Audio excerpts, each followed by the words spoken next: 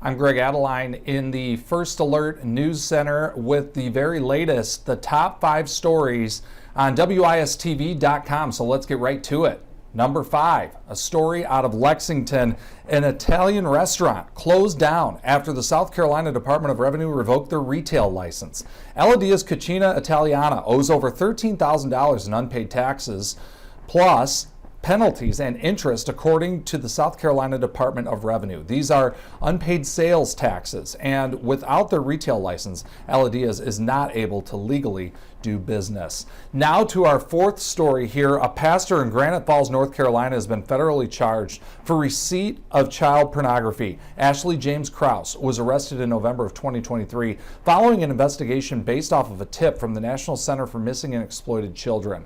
Investigators with the North Carolina State Bureau of Investigation found more than 10,000 images depicting child sexual abuse across devices found in Krause's home and church office, including his church computer. You can find a full list of Krause's charges on our website, WISTV.com. And now to our 3rd story. We have details into the deadly shooting in Charlotte that killed 4 officers and injured 4 others. The Charlotte-Mecklenburg Police Department released the names of the officers killed. They're Joshua Iyer with CMPD, also Samuel Peloche and William Elliott, both veterans with the North Carolina Department of Adult Corrections, and Thomas Weeks Jr., a deputy U.S. Marshal. 4 others are injured, and the suspect, 39-year-old Terry Clark Hughes, was shot and killed. We will be right back with the rest of your top stories on WISTV.com after this quick break. At WIS News 10, we're up to get you going.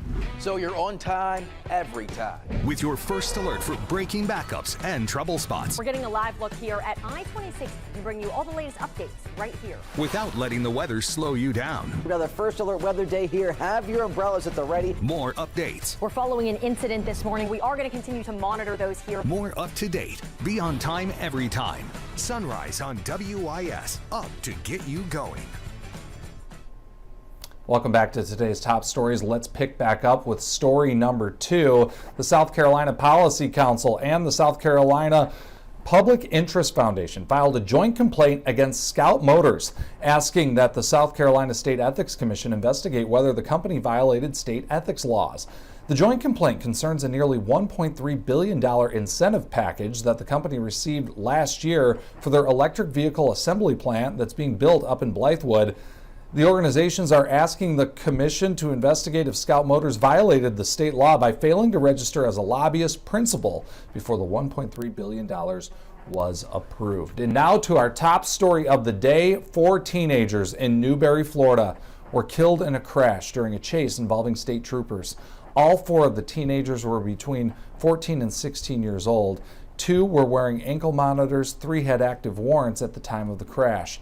Now, that chase began with a stolen SUV out of Gainesville. Deputies tried to pull that SUV over, but it sped off. Deputies then rammed the SUV and used a pit maneuver, causing the SUV to roll and crash into a cement pole. 2 of the teens died at the scene. The other 2 died in the hospital days later. And that is all for today's top stories. For all of the very latest, all of these stories and much more, news, weather, and sports, anytime, day or night, 24/7, go to WISTV.com. In the First Alert News Center, I'm Greg Adeline.